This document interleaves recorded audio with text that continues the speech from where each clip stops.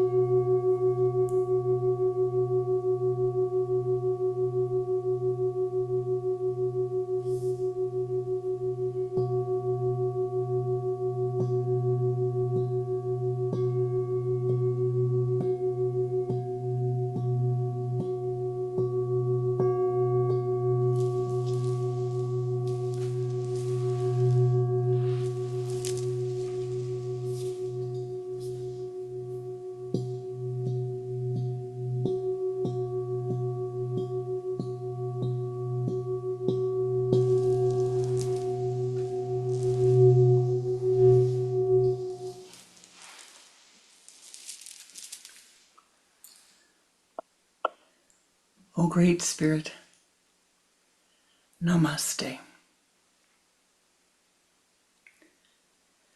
Saints and sages of all times, of all places, Namaste. O ye pathmakers of old, Namaste. Ancestors of our bloodlines, of all the lineages to whom we attune, Namaste. Om Shri Babaji Namaha. Om Shri Lahiri Mahasayaji Namaha. Om Shri Teshwarji Namaha. Om Shri Paramahansa Yoganandaji Namaha. Om Shri Shaliji Namaha. Om Shri Kriyanandaji Namaha.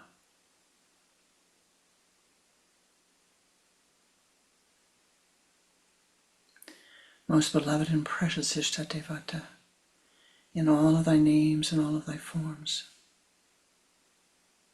Yanamaha, be with us, sweep clear our path. May our time together be blessed, may it be meaningful, may it be joy-filled. May we speak that which needs to be spoken, hear that which needs to be heard, and know the Kriya to follow as we walk our own path to enlightenment. Om Tat Sat Om. Aham Brahmasmi. Namaste. Welcome. Welcome to my heart. Welcome to our Sunday Sangha. Take a deep breath. Take a long, deep breath. Maybe 2, maybe 3.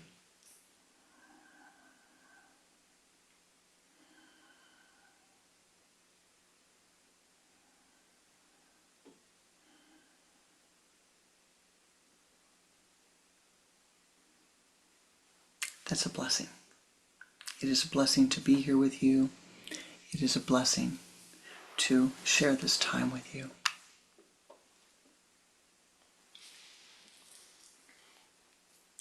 Once upon a yogi time, in a small village in India, there lived a young boy. From the time he could toddle, Mama, Papa, Grandmama, Grandpapa, aunts, uncles, everyone said, you can go anywhere you want, but you must watch out for the cobra. Watch out for the cobra. Watch out for the cobra. Watch out for the cobra. Every morning, watch out for the cobra. Every noon, watch out for the cobra. Every evening, watch out for the cobra. Don't come home after dusk. The cobra will be out. So, what do you think happened? The cobra. It's in his mind, right? One day, he comes home. He'd been playing down by the river and he comes home a little late. In fact, it was dusk.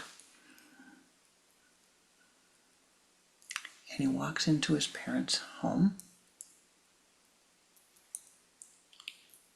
And there in the corner, wrapped up, is a cobra. A cobra.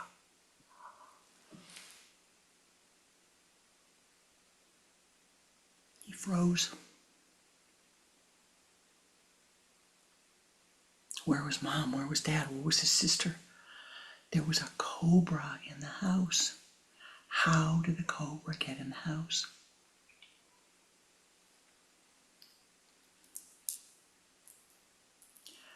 Night falls. He's frozen at the door. No Mom, no Dad, no siblings. I don't know where did everybody go? He wondered, where did they go? The cobra's here. And he froze, and he froze, and he froze, and he froze all night long.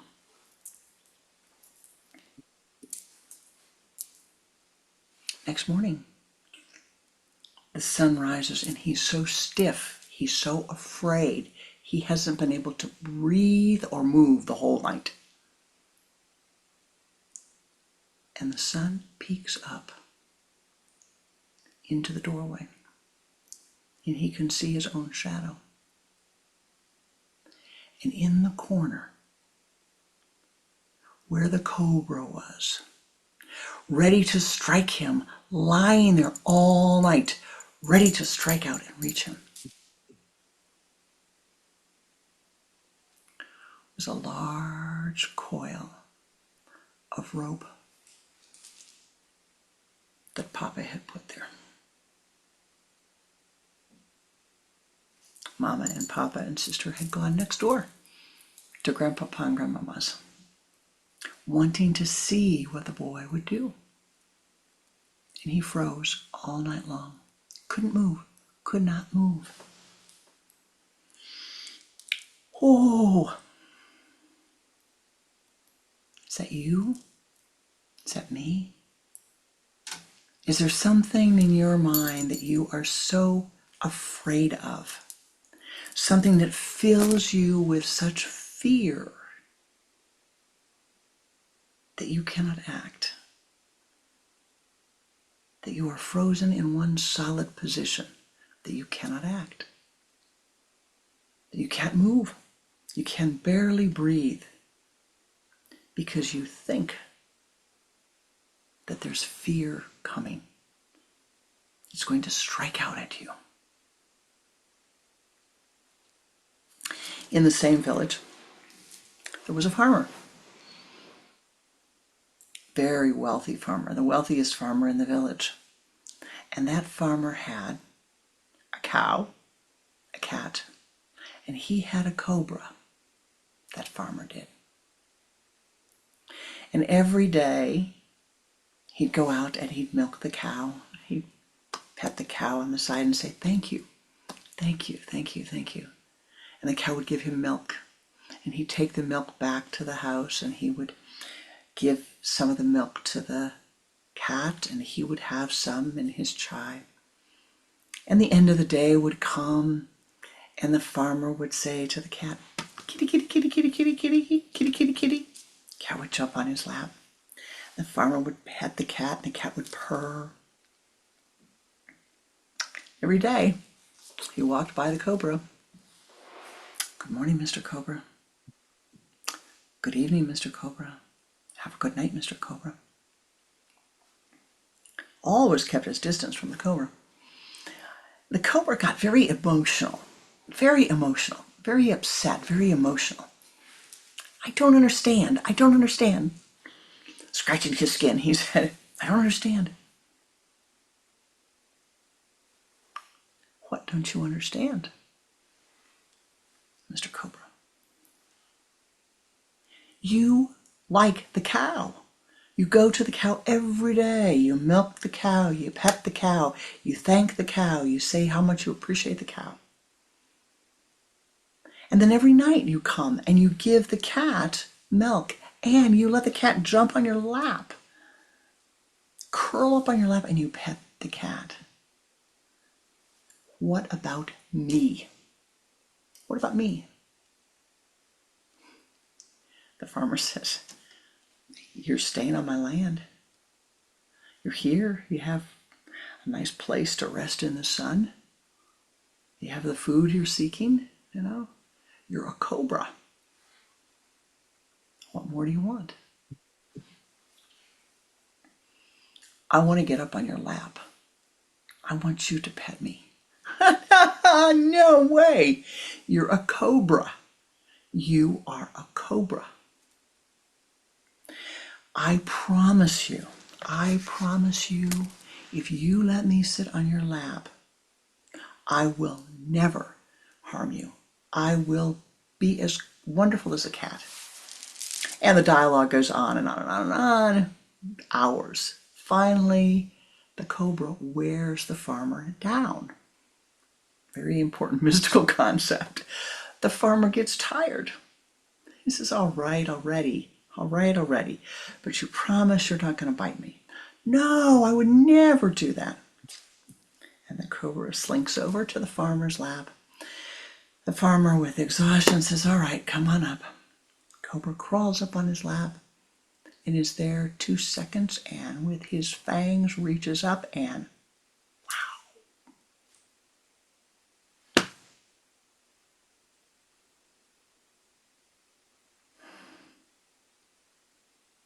Why did you do that? Why did you do that? I'm a cobra. I told you, I'm a cobra. What are you? Who are you? Who are you surrounded yourself with? Are you a cow that feeds life, that takes your life energy and turns it into something that blesses life? Is that who you are? Are you a cat that sits back and takes from life and purrs because you're so happy? Or are you a cobra that strikes out without any thought of others? Strikes out and with your words creates poison. With your words or your thoughts creates hurt.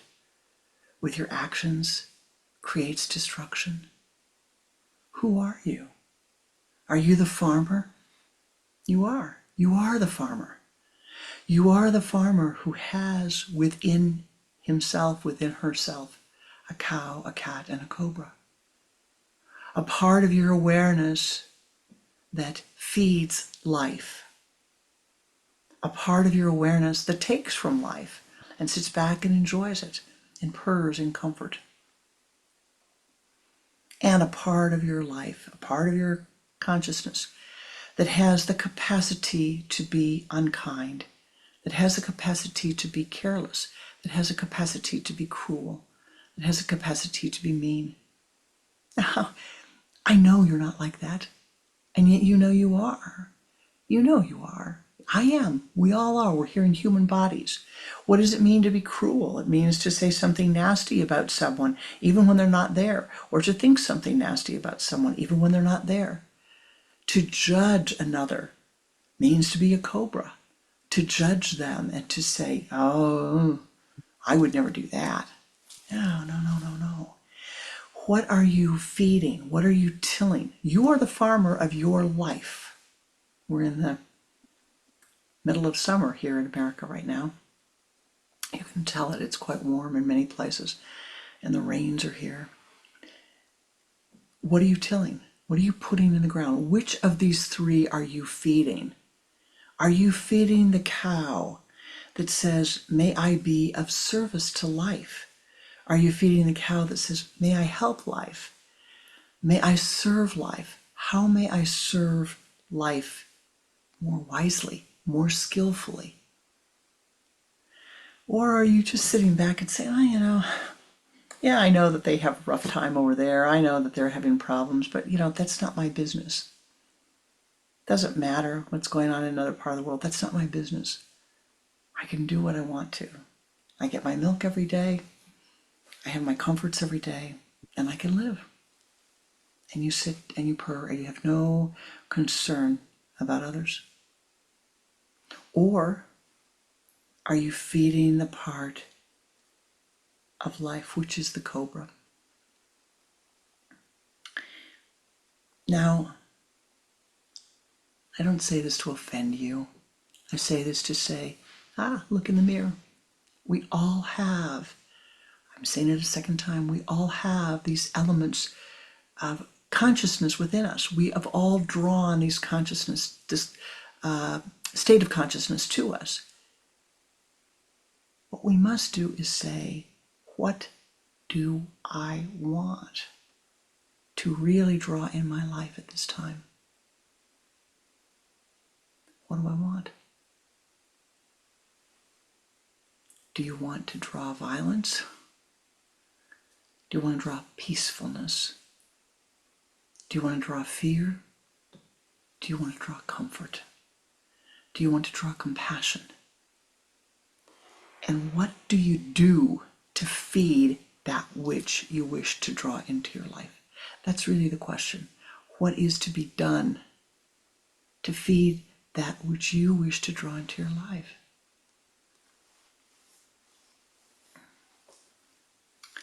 Well, a little reflection helps. A little what we call tarka. Directed reflection, targeted reflection. Tarka is your capacity to stop and look at your life and say,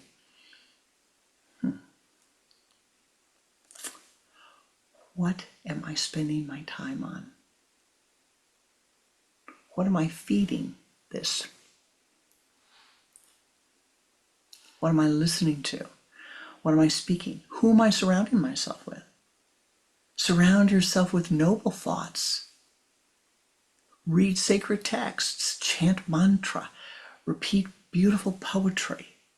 There are thousands and hundreds of thousands of poems to learn, shlokas from the ancient texts, from the modern texts, beautiful, beautiful, inspiring writings that you can draw into your life, that you can feed your consciousness. Now you may say, well, I can't take care of all of the others. No, you can't. I can't solve the world problems. No, you can't. I cannot soften their karma. That's true. You can't. But you can change yourself. You can change your life. You can change those thoughts that you have drawn to your consciousness, that you have become relative to.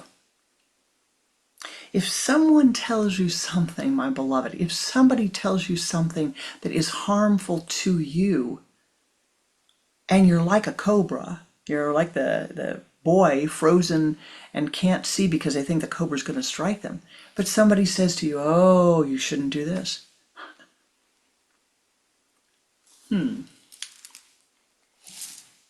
Step back, ascend up. What can I do to loosen the grip that has on me, to loosen the seizing that has taken over in my consciousness? What's the thought that I can think to free myself? And some of you have heard this before, but I'm going to say it again. It can never be said too many times. You wake up in the morning. Free me from my negative thoughts that I do not pass them on to others. Free them, free me. Free me from my negative thoughts that I do not pass them on to others. Free them, free me. Free them from their negative thoughts that they do not pass them on to me. Free them, free me. Free them from their negative thoughts that they do not pass them on to me. Free them, free me. Simple. As the Virgo said to me not a few months ago when I used that, said, well, how do I know what thoughts are negative? How do I know what to be freed upon? I said, don't worry about that. Any thought that is confining to you, any thought that is harmful to you or to others, just say the affirmation. And when that cruel and unusual thought arises in your mind, you will know, oh, free me from that I don't pass it on, that I do not pollute, that I don't feed myself that thought.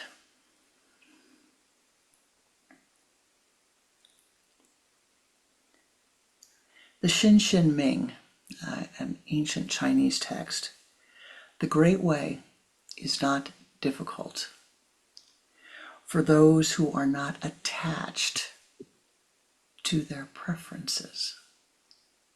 The Great Way is not difficult for those who are not attached to their preferences. When neither love nor hate arises, there's no problem. But the smallest amount of movement from that is where the division comes, where the problem comes. So what we must do is walk through life detaching from our preferences. Now, it's important. The text does not say the Great Way is not difficult for those who have no preferences. No, that's not what it says. It says the Great Way is not difficult for those who are not attached to their preferences. Not attached to their preferences.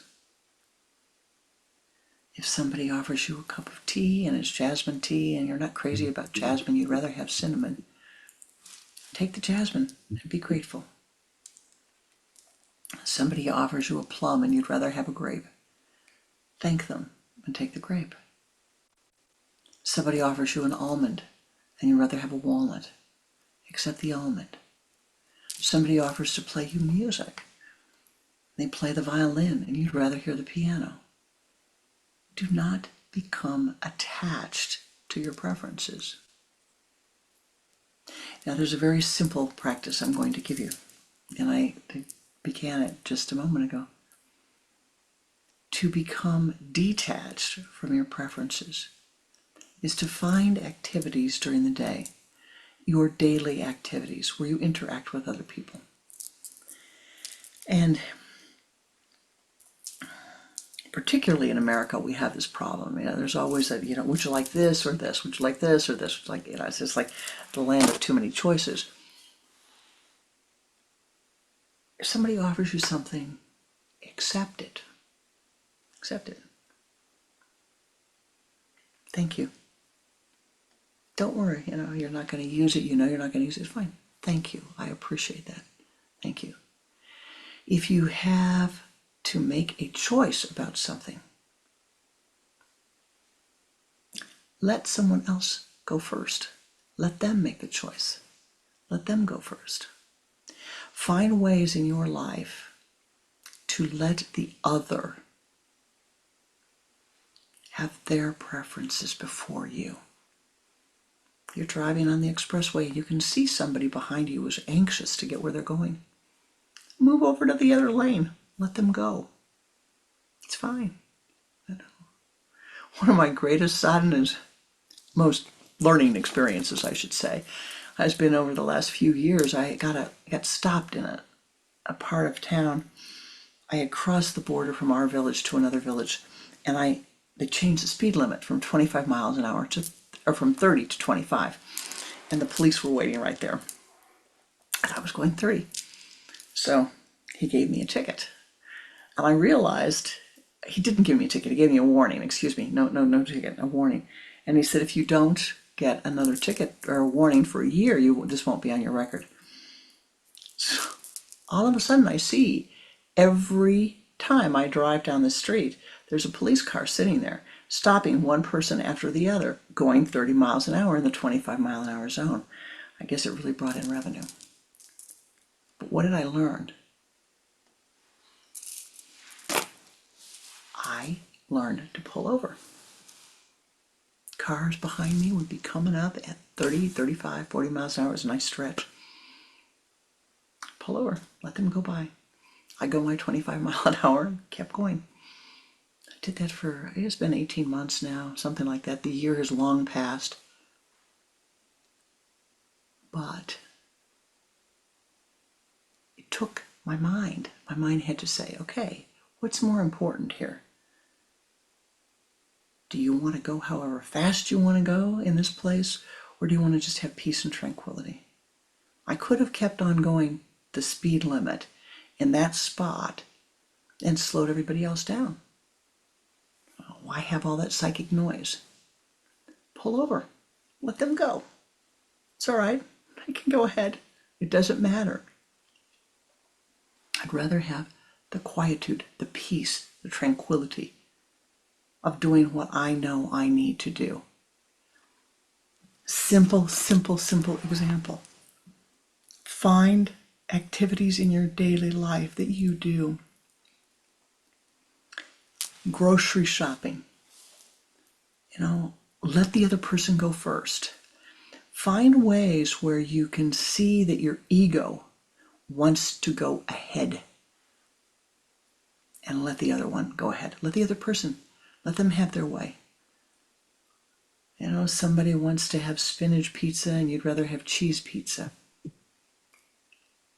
It's not going to kill you to miss a piece of pizza or to have what they want. The key is, in Kriya Yoga, we have to make these changes small. They look like they're small changes, but it's like the drop of water on the rock that creates the cup, that creates the bowl. We need to make small changes in our behavior to draw new thoughts to us, to have new ways of being, to have room for compassion. I'm going to give you one very important practice and then we're going to meditate.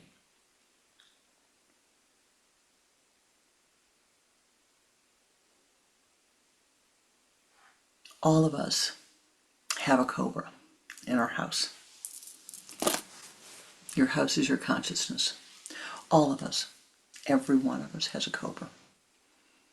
Something that has frozen us into a pattern of thinking, a pattern of behavior that is not healthy for us in some part of our lives. It's always there for everyone. And the key is, how do you unfreeze yourself from that? What do you do?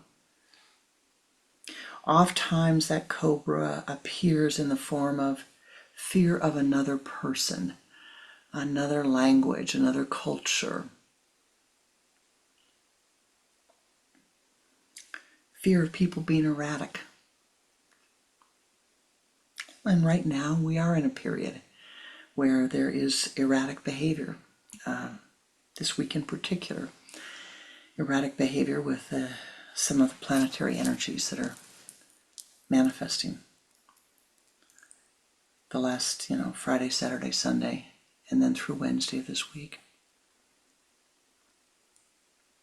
Erratic behavior causes fear because you can't control what other people are going to do. But you can control your own mind. You can control your reactions. You can control your attitude. It does not mean that your mind will not have the fear rise in it, but that using neti, neti, neti. I'm not this thought. Not the thought thinking this thought. I'm not thought. Let me find something to replace this fear with. Now here's the practice.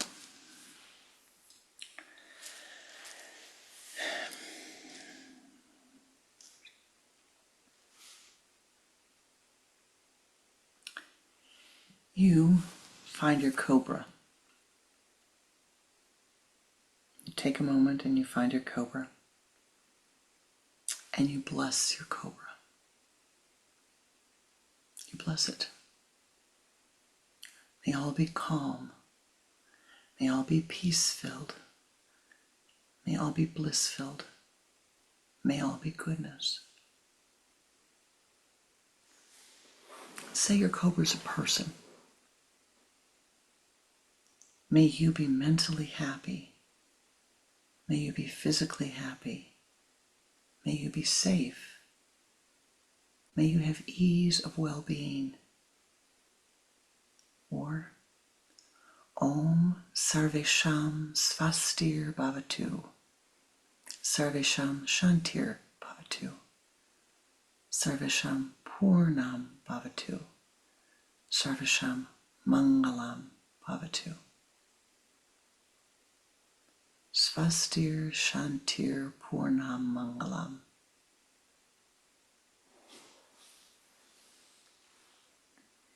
And watch what happens. Can you bring your Cobra up into your mind's eye? That person, that event, and can you bless it? Watch the thoughts that arise. Say, isn't that interesting? What am I learning from this? Ooh, doesn't want me to bless it, doesn't want me to bless it. Ooh, ooh, ooh. If I bless them, what are they going to do? Bless them. Bless them. Bless them, bless them, and bless them until you can bless them genuinely, until you can bless them with all of the joy of your being. Doesn't mean you approve of them. Doesn't mean you agree with them. It means that you see their karma. You are still blessing them. Bless them, my beloved. Free yourself from the frozen state of fear of the Cobra. Externally, the Cobra here, or if you will, at the navel. Free yourself.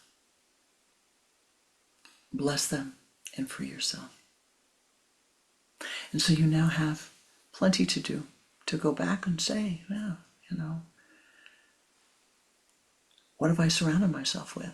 Am I surrounding myself with cobras, with cats, or with cows? Who in my life? How am I allowing the Cobra to come into my life?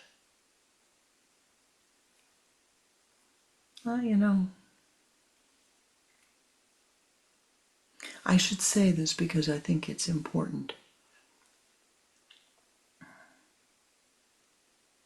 It's okay to say a person may be a Cobra in your life. Doesn't mean they're a Cobra for everybody. It means that relative to you, there is not harmony in your environment, in your relationship between the two of you. All right? There's not harmony. Doesn't mean there's anything wrong with the person. It means they're at a different place than you are. And with that,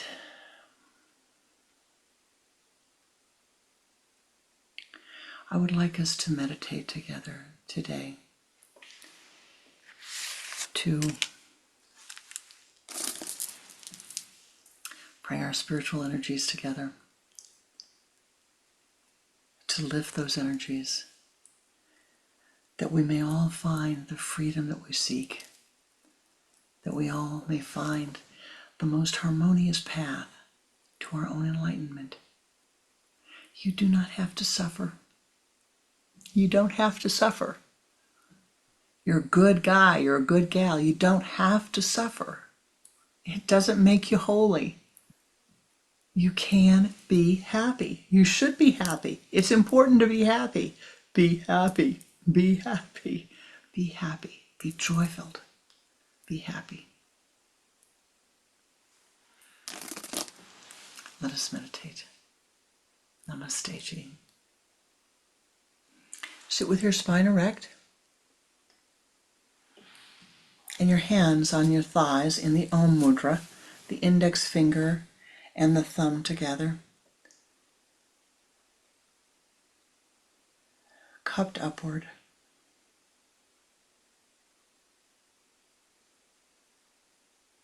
Close your eyes and sit with the spine erect. And turn your head to the left with a double exhalation. Bring the head back to the sun center and focus your attention at the sun center.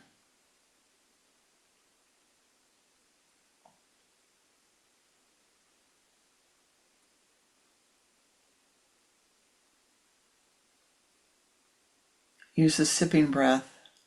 Sipping is through a straw. Pull the energy from the limbs to the trunk.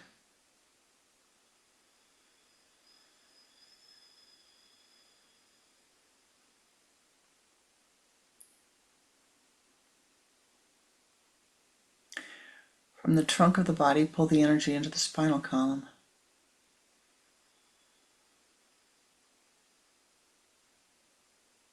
From the base of the spine, pull the energy up to the sun center.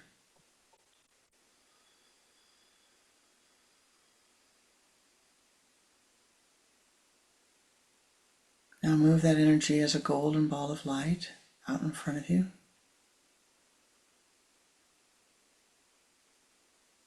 Expand that golden light and sweep around your body to the left, encasing your entire being in golden light. And do this 3 times.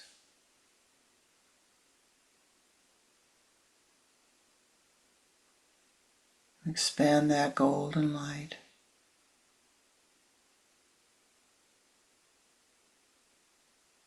And now ascend. Ascend as high as you are able.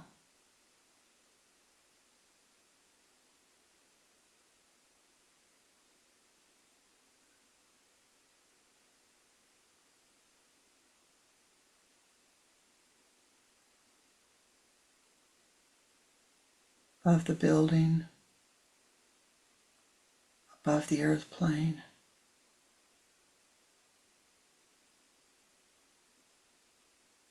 Ascend to the high place.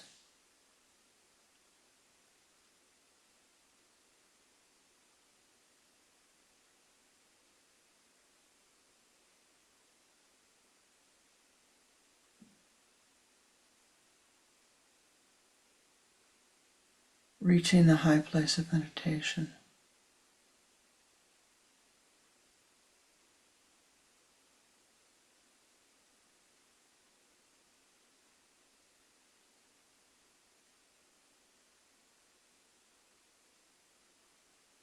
Find yourself a meditation space.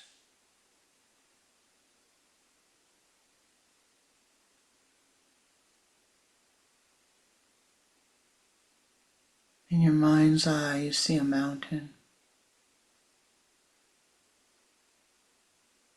Gaze at the mountain.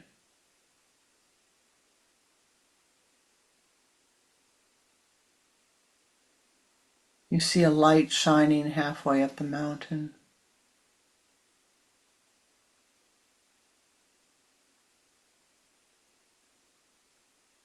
You see a path leading to the light.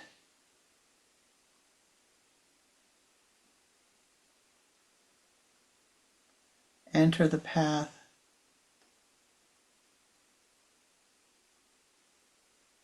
Walk through the forest.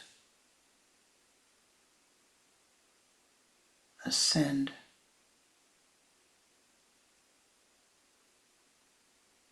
Ascend.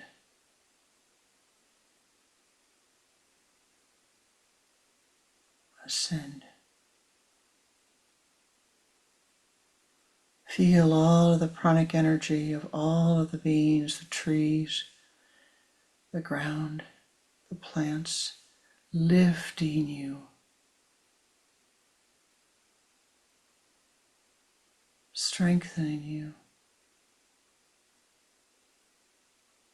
supporting you. Ascend.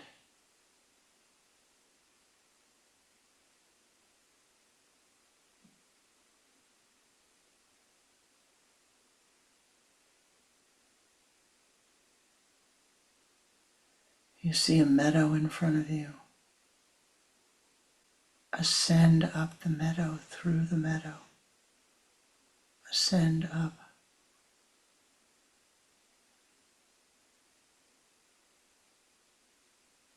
Through the mountain flowers.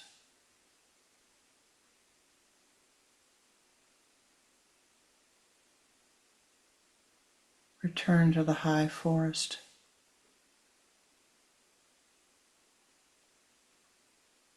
Ascend.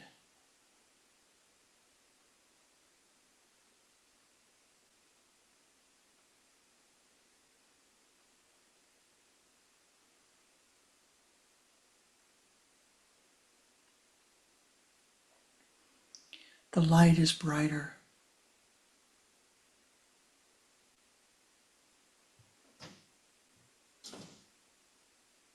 You come to a clearing, and there is a shrine.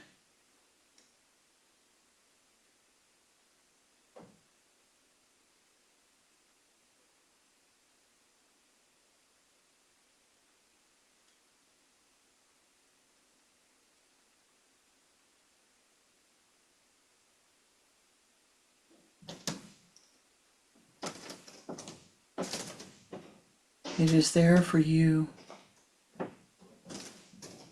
Enter into the shrine, breathing in the light.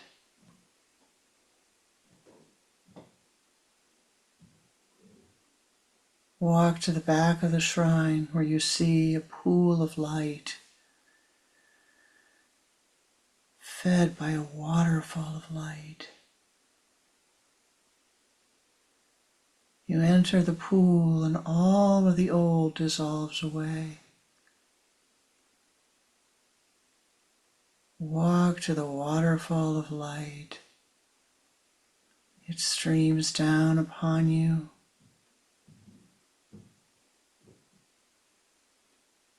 Through you.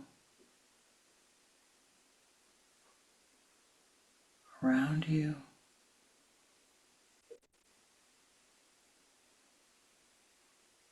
Filling every cell of your being with light.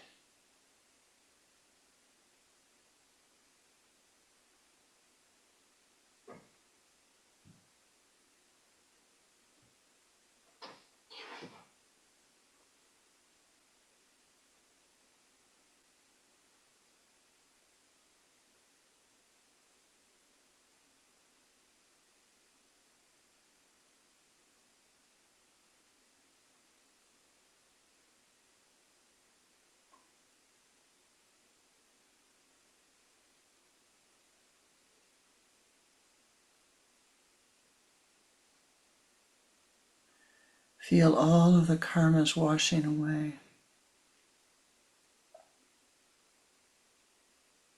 All of the difficult karmas, all of the karmas washing away. Filling your entire being with light.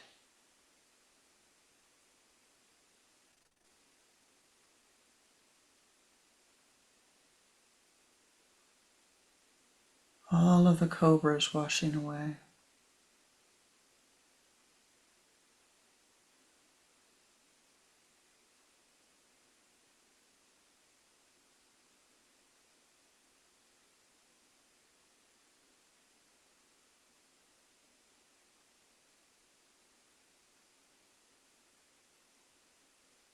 Breathe in the light. Accept the light. Draw it within you.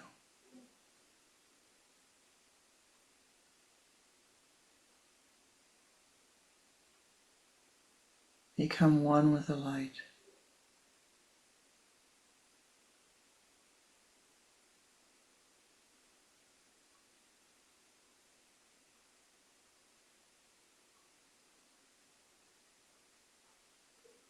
Walk forth from the light refreshed anew.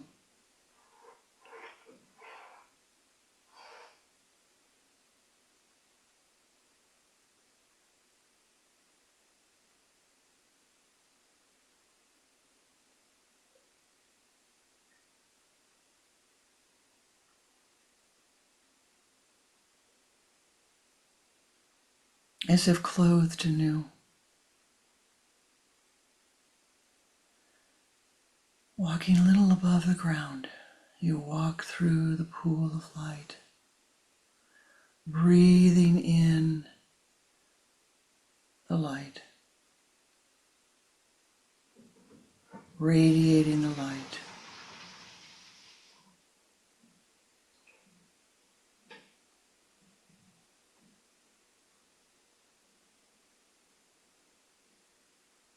Filled with the pranic energy, you return to the meditation place, your high place of meditation. In this meditation place now, O ye powers that be, join with us. Join with our Sangha as we send forth our blessings. O ye powers that be, assist us. Today, to send forth our blessings, we will use 2 beach mantras. Gum, Shreem.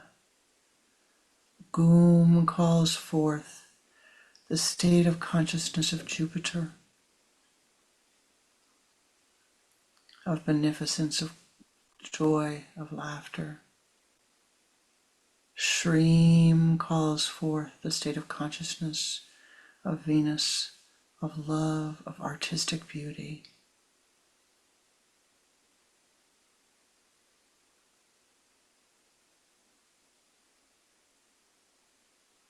Of beneficent blessings.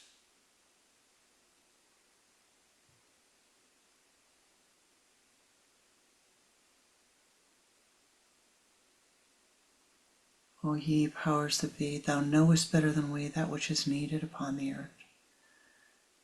We send forth our blessings first to Mother Gaia, that as we chant this mantra, the light will pour over her, upon her, through her, that Mother Earth be blessed and that all beings upon her be blessed. And 3 times we will chant the Gum Shreem. We begin with Om. Om Gum Shreem.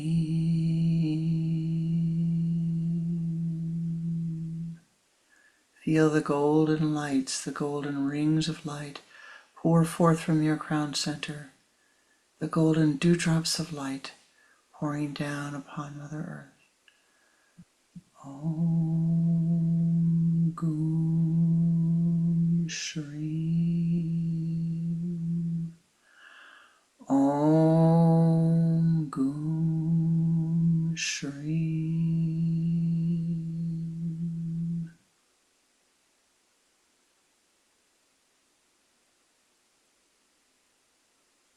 O ye powers that be, send forth blessings at this moment to all of those beings who are living with food insecurity, with water insecurity, with housing insecurity, with financial insecurity, with health insecurity. For all those beings who are living in war conditions or famine, bless them. Soften the karma.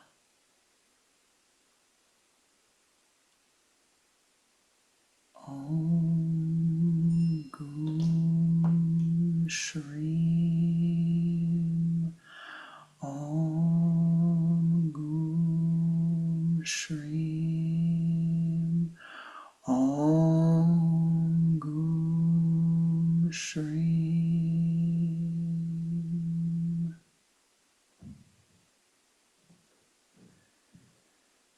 For all of those souls whose hearts are filled with greed and negative emotions, confining, constricting emotions, angular emotions, greed, anger, hatred, may they be blessed abundantly, that the karma be softened and transformed and transmuted to compassion, to love, to joy,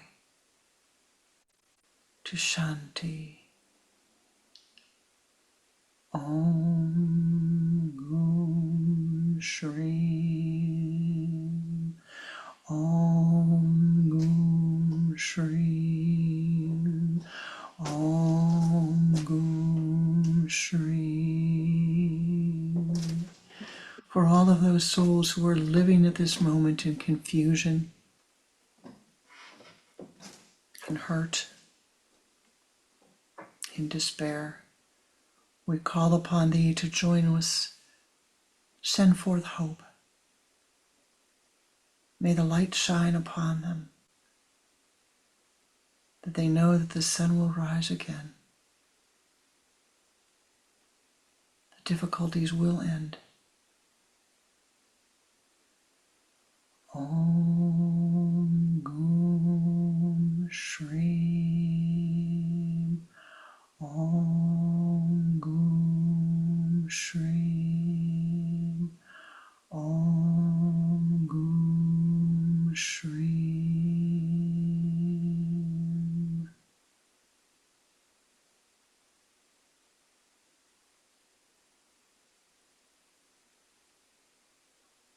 For all of those souls who are walking to the end of this incarnation, may they remember their goodness. May they have the courage to let go when it is needed. May their loved ones have the courage to let go, to know that they will see each other again, the right time, the right way, the right place. May they have all that they need as they leave, and may they remember their goodness. Om Gum Shrim. Om Gum Shrim. Om Gum Shrim.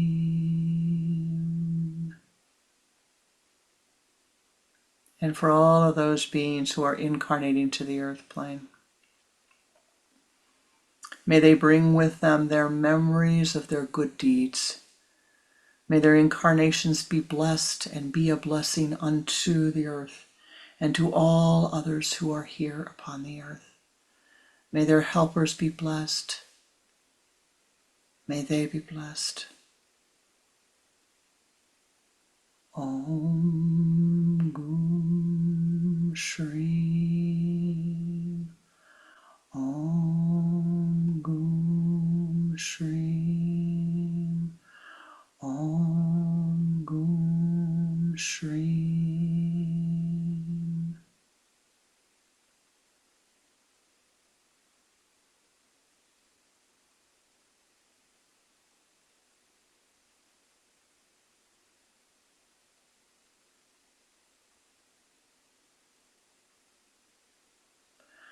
O ye powers that be, pour forth thy blessings upon all these souls, upon this Sangha of seekers.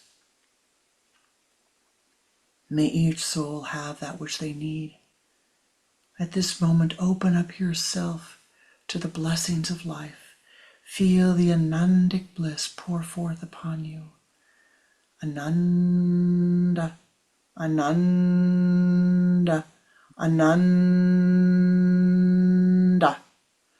Om Gum Shrim. Om Gum Shrim. Om Gum Shrim. Om Shanti.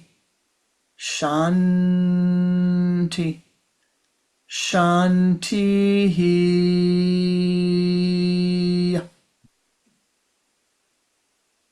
Om Tat Sat Om. Aham Brahmasmi. Thou art that. Thou art Om. Namaste Ji. It is, as always, a blessing to share this meditation with you, to share the time with you. Your spiritual energies are truly a blessing, and I thank you.